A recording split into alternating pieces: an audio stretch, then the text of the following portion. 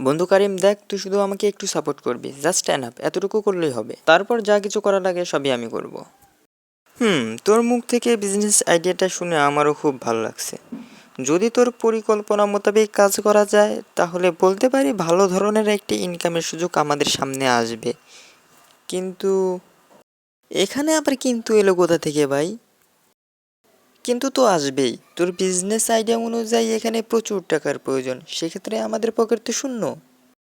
দেখ, তোদের টাকা পয়সা নিয়ে কিছুই ভাবতে হবে না।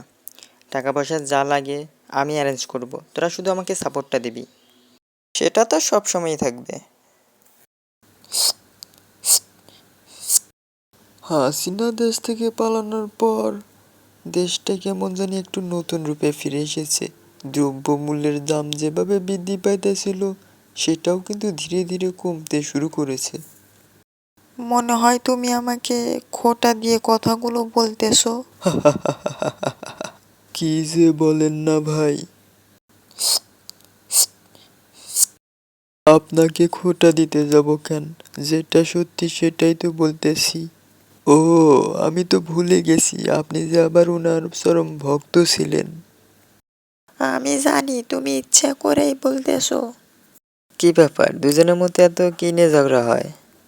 তেমন কিছু না, তা তোমার খবর কি? এই তো চাচা, খবর খুবই ভালো। যাক, আলহামদুলিল্লাহ ভালো।